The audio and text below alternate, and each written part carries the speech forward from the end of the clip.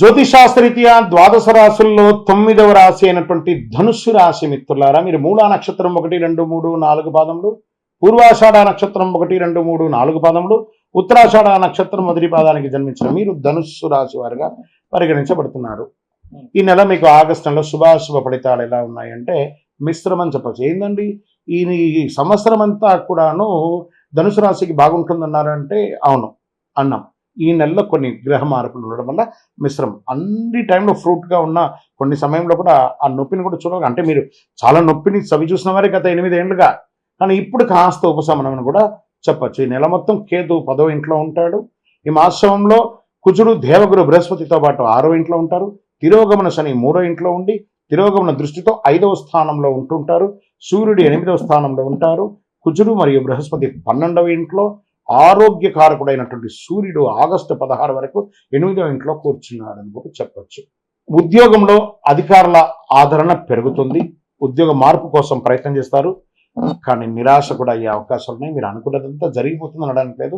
కాస్త కుటుంబ జీవితానికి నెల శుభంగా ఉంటుంది చెప్పచ్చు. సోదరులు మరియు సోదరీమణులు మీ సహాయం ఎప్పుడు వాళ్ళకి అవసరం ఉంటుంది కాబట్టి వాళ్ళకి ఒక చెయ్యిగా ఉండండి. మీరు మీ యొక్క ఇంట్లో సంతానం యొక్క వివాహం లేదా వాళ్ళకి చేయాల్సినటువంటి కార్యక్రమాలు నెక్స్ట్ లైఫ్లో కావాల్సినవన్నీ మీరు ప్రయత్నం చేస్తుంటారు. ఆర్థికంగా చూసుకుంటే మెరుగుగా ఉంటుందని చెప్పచ్చు. వృత్తి వ్యాపారంలో ఎక్స్పాన్షన్ కోసం ప్రయత్నం చేస్తుంటారు. అక్కడ కూడా కొన్ని చిన్న చిన్న ఆటంకాలు వస్తుంటాయి. బట్ ఏ విధమైనటువంటి నెగిటివ్ వాళ్ళకన్నా అలా ముందుకు వెళ్తూ ఉండండి. వస్తూనే ఉంటుంది. ఒక పని ఇస్తున్నామంటే ఇబ్బంది వస్తుంటుంది. రావాల్సినటువంటి సొమ్ములు సకాలంలో రాకుండా ఇబ్బంది పెడుతూ ఉంటుంది.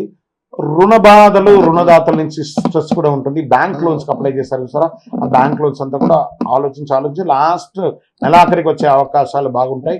తల్లిదండ్రుల నుంచి సంక్రమించే ఆస్తులు ఏదైనా ఉంటే స్థిరాస్తులు అవన్నీ కూడాను కొలిక్కి వచ్చే అవకాశాలు ఉన్నాయి. కోర్టు కేసులన్నీ కూడా కొలిక్కి వచ్చే అవకాశాలు ఉన్నాయి.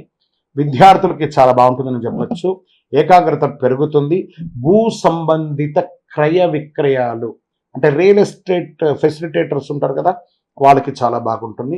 రియల్ ఎస్టేట్ పరంగా కన్స్ట్రక్షన్ వారికి చాలా బాగా మంచి అవకాశాలు ఉంటుందని కూడా చెప్పచ్చు. ప్రభుత్వ పరంగా పర్మిషన్స్కి అప్లై చేసిన వాళ్ళకి దిస్ ఇస్ ద టైం. ఇది ఒక బాగుంటుందని కూడా చెప్పచ్చు. కొన్ని వ్యవహారాలు సంతకాలు పెట్టేటప్పుడు, డాక్యుమెంట్స్లో పెట్టేటప్పుడు చాలా జాగ్రత్త, ఏకాగ్రతతో చూసి చేయండి. విజయం మాత్రం మీకు 100% ఉంటుంది. రాజకీయ నాయకులకి 60-40గా ఉందని చెప్పచ్చు. షేర్ మార్కెట్ కూడా 60-40గా ఉందని చెప్పచ్చు. మీడియా రంగం వారు యాజ్ ఇట్ ఈస్ రొటీన్గా బాగుంది. ఐటీ రంగం వాళ్ళు కాస్త స్ట్రెస్లో పడుతున్నారు. ఉద్యోగం చేంజ్ అయ్యే అవకాశాలు ఉన్నాయి. స్థాన చలనం, ఉద్యోగ చలనం, ఏదైనా ఊరు మారడం లేదా దేశం కూడా మారే అవకాశాలు ఉన్నాయి. ఐటీ వాళ్ళకి చాలా జాగ్రత్తగా. ఈ యొక్క వీసా కోసం ప్రయత్నం చేస్తున్న వాళ్ళకి అందరికీ కూడా ఇది ఒక మంచి సమయం. వివాహం కోసం ప్రయత్నం చేస్తున్న వారికి శ్రావణ మాసంలో చక్కటి అమ్మాయో అబ్బాయో ఎవరి కోసం ప్రయత్నం చేస్తున్నారు వాడి కోసం మంచి సంబంధాలు రాబోతున్నాయి. గెట్ రెడీ అని కూడా చెప్పవచ్చు. కొత్త ఉద్యోగం కోసం ప్రయత్నం చేస్తున్న వాళ్ళకి ఇది ఒక మంచి సమయం అని కూడా చెప్పచ్చు. అదృష్ట సంఖ్య 4 అని కూడా మీకు చెప్పచ్చు. చంద్రాష్టమం ఈ నెల 2 సారి చంద్రాష్టమం ఉంది ఈ రాశి వారికి. కాస్త జాగ్రత్త. 3వ తారీఖున 3/8/2024 5:44 ఉదయం నుండి 5/8/2024 3:21 మధ్యాహ్నం వరకు, మరియు 30/8/2024 11:34 నుంచి సెప్టెంబర్ 1/9/2024 9:48 వరకు ఉంటుంది. అంటే 2 సార్లు చంద్రాష్టమం వస్తుంది. వీళ్ళకి జాగ్రత్తగా ఉండాలి. ఈ 4 రోజులు కూడాను ఆహారం తినేటప్పుడు, సంతకాలు పెట్టేటప్పుడు, వాహనం నడిపేటప్పుడు లేదా ప్రయాణాలు చేసేటప్పుడు మీ బిలాంగ్స్ అంతా జాగ్రత్త, మీ ఆరోగ్యం జాగ్రత్త. ఎవరితోనో మాట్లాడేటప్పుడు చాలా జాగ్రత్తగా ఉండండి. మీరు శివాలయం, మీ పక్కన ఉన్నటువంటి శివాలయాలకి ప్రదోష కాలంలో సోమవారం సాయంత్రం పోయి చక్కగా అభిషేకం చేయించండి. ఆ బ్రహ్మగారితో చెప్పి అభిషేకం చేయించండి. మీ వయస్సు ఎంత ఉందో అన్ని దీపాలు ఆ శివాలయంలో ప్రదోష కాలంలో వెలిగించండి, తప్పదు. అలా చేయండి. ఇంకనూ సకల దోషాలు తొలగి ఆనందంగా ఉండడానికి మీ ఇంటి ఇలవేల్పు కులదైవ ప్రార్థన చేయండి. కరుంగాలి మాలను దర్శనం చేసుకుని వేసుకోండి. చక్కగా